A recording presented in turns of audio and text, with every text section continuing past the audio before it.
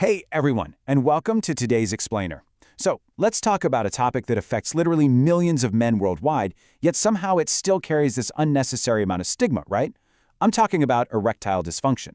If you're someone who just wants to cut through all the noise and get straight to the actual biology of what's happening, you are definitely in the right place. Today, we're going to look at ED not as some kind of personal failing, but exactly for what it is, a completely solvable, mechanical issue that is deeply tied to your body's overall health. We're going to walk through 5 holistic, totally science-backed habits to help overcome it, and we've got some pretty fascinating data to show you along the way. Okay, let's dive right in by addressing the elephant in the room.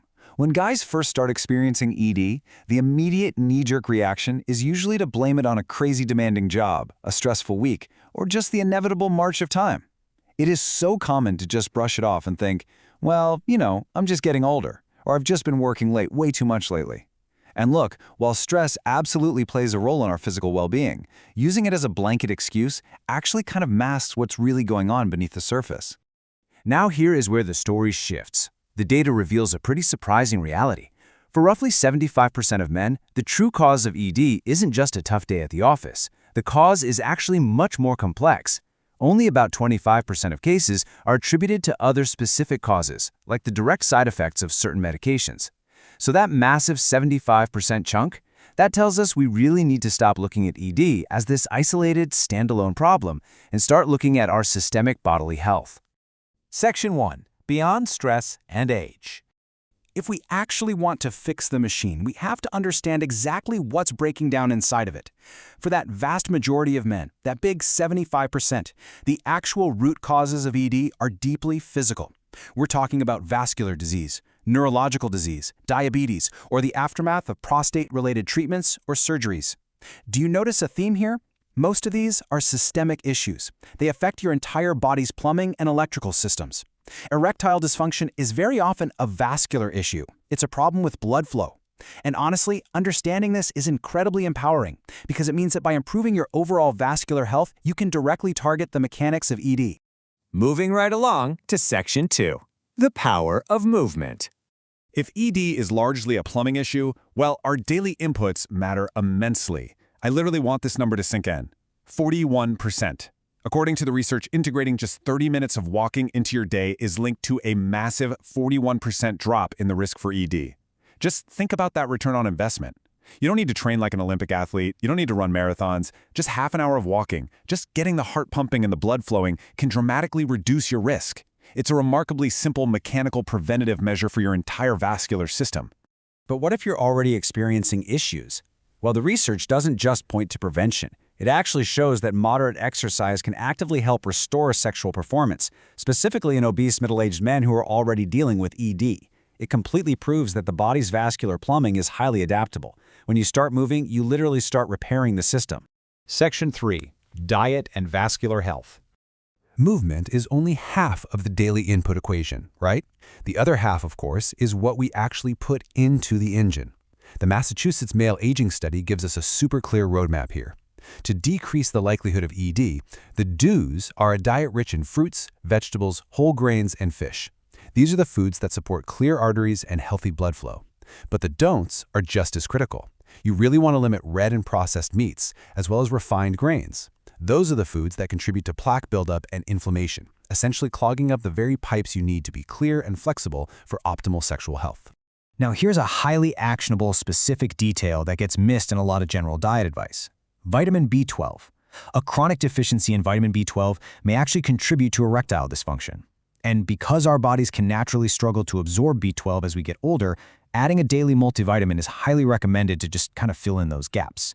It is a tiny, tiny adjustment, but it supports healthy nerve function and red blood cell production, both of which are absolutely vital here. Which brings us to a really fascinating question, and honestly, the absolute crux of how we should be viewing men's health. What connects your heart, your brain, and your penis? The answer is your vascular system. They are all running on the exact same network of pipes. Because the arteries leading to the penis are smaller than the ones leading to the heart, ED is very often considered the canary in the coal mine. A problem down there is essentially an early warning sign of a systemic issue everywhere else. So these are the invisible systemic threats you really need to monitor. High blood pressure, high blood sugar, high cholesterol, high triglycerides, and low levels of your good HDL cholesterol. These conditions damage your arteries. They make them stiff and narrow. If these conditions are damaging the arteries leading to your heart, spiking your heart attack risk, or your brain, spiking your stroke risk, they are absolutely damaging the arteries leading to the penis, causing ED. This is exactly why checking in with your doctor for routine vascular tune-up is just non-negotiable. Section 4. Waistlines and hormones. Okay, so we know about the invisible risks inside our blood vessels, but we also have a highly visible marker of those exact same risks, our physical weight and our waist size. Check this out. A man with a 42-inch waist is 50% more likely to have ED than a man with a 32-inch waist. That is a massive statistical jump, and it's tied directly to one simple measurement: your waistline inches.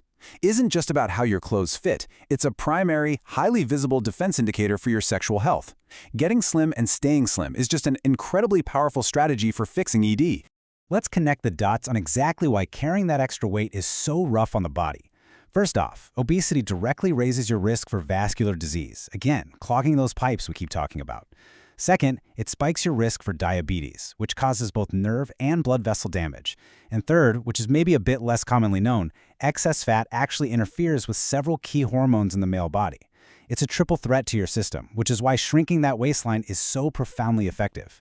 And finally, Section 5, Targeted Pelvic Floor Training. So we've optimized the fuel, we've cleared the pipes, now we need to strengthen the final mechanism. Most people associate Kegel exercises with women's health, but let me tell you, they are an absolute game changer for men. Think of your pelvic floor muscles like a physical valve. Strengthening these muscles through Kegels actively enhances rigidity during erections. But more importantly, from a pure mechanical standpoint, a strong pelvic floor helps keep blood from leaving the penis by physically pressing down on a key vein. It traps the blood exactly where you need it. It is pure, targeted physical engineering. And the crucial point here is that this targeted approach actually works in the real world. A really notable British trial looked into exactly this. They found that 3 months of twice-daily Kegel exercises, combined with biofeedback and broader lifestyle changes, things like quitting smoking, losing weight, limiting alcohol, worked far better than just the lifestyle advice alone. When you combine the systemic health improvements with that targeted mechanical training, you get the absolute best results. Which leads us with the ultimate question. Your body has an incredible built-in early warning system. So, are you going to just write off ED as getting older, or will you use these 5 habits: walking, eating for vascular health, managing your markers, trimming your waistline, and training your pelvic floor to take complete control of your systemic health today? The mechanics are literally in your hands. Thank you so much for joining me for this explainer, and I highly, highly encourage you to start implementing these holistic habits into your routine right away. See you next time.